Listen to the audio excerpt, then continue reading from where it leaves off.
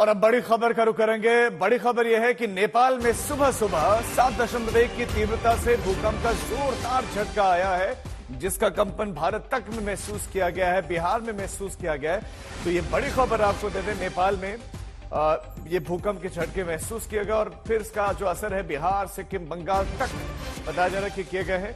नेपाल के लोबुचे भूकंप का केंद्र बताया जा रहा है, जहां पर 7.1 की तीव्रता का भूकंप आया है।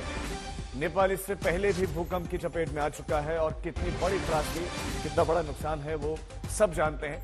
अब नेपाल में फिर से भूकंप के झटके महसूस किए गए हैं। जो इस बार कंपन आया वो 7.1 की तीव्रता का बताया जा रहा है, जबकि जो इसका असर भारत में रहा, बिहार की बात करें लगभग 5.1 के आसपास का जो कंपन है भारत में महसूस किया गया। सिक्किम में भी झटके महसूस किए गए, बंगाल तक में इसके झटके महसूस किए गए।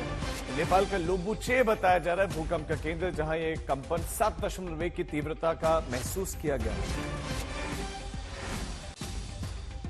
रोहित सिंह हमारे संवाददाता इस खबर पर हमारे साथ जुड़ गए। रोहित, नेपाल में झटका, क्या नुकसान की खबर मिल रही है और बिहार में इससे संबंधित और क्या जानकारी मिल रही है?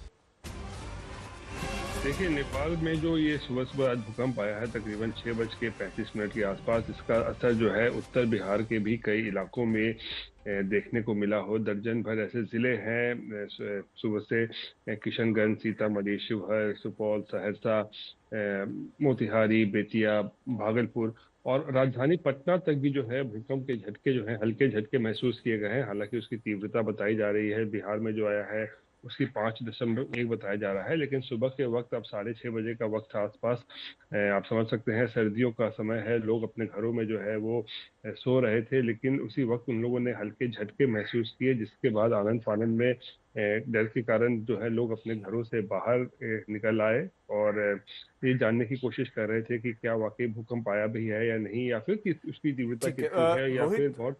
आप हमारे साथ बने रहे। पंकज दास इस समय नेपाल से हमारे साथ ज्यादा जानकारी के साथ जुड़ गए हैं। पंकज, नेपाल से क्या अपडेट है? कोई नुकसान तो नहीं हुआ? अभी तक किसी भी प्रकार के नुकसान की जानकारी नहीं मिल पाई, क्योंकि ये जो भूकंप का केंद्र बिंदु है वो हिमालय क्षेत्र पर है और जो माउंट एवरेस्ट है उससे 90 किलोमीटर उत्तर बताया गया है। तो ऐसे में भूकंप के जो नुकसान की खबर है वो थोड़ी देर बाद आएगी, क्योंकि बहुत ही विकट वो क्षेत्र है, हिमालयी क्षेत्र है और इस समय जबरदस्त उस एरिया में स्नोफॉल भी हो रहा है। तो हमारे जो वहाँ के प्रमुख जिलाधिकारी है, ताप्लेजुंग जिला और संखुआ जो ये जो दो बॉर्डर जिला है जहाँ से चीन के उस डांगी क्षेत्र में आया है भूकंप, वहाँ के जिलाधिकारियों से जो बात हुई है उन्होंने कहा कि अभी कुछ समय लगने वाला है, क्योंकि भूकंप के झटके बहुत ही तेज थे और दो बार 7.1 और 5.7 मैग्नीट्यूड पर ये भूकंप आया था। तो इसके नुकसान का जो है इसकी जानकारी थोड़ी देर बाद मिल पाएगी। ठीक है पंकज, आप बता रहे हैं कि 2 बार झटके महसूस किए गए, एक बार तो लगभग 7.1 की तीव्रता और दूसरी बार 5.1 की तीव्रता के जो है कंपन जो है महसूस किए गए। रोहित भी हमारे साथ हैं। रोहित, बिहार में जो झटके महसूस किए गए, नेपाल में 2 बार झटके है लेकिन बिहार में एक बार आप बता रहे हैं कंपन महसूस किया गया, लेकिन नुकसान की खबर तो नहीं मिल रही? देखिए, अभी नुकसान की खबर किसी भी जिले से प्राप्त नहीं हुई है। हालांकि जैसा कि मैं बता रहा था कि जो उसकी तीव्रता थी मतलब बहुत ज्यादा नहीं थी, हाँ, लेकिन 5.1 की तीव्रता थी। तो विभिन्न जिलों में उत्तर बिहार के जो नेपाल से सटे हुए जो इलाके हैं वहां पर भूकंप के झटके सुबह 6:35 पर महसूस किए गए हैं।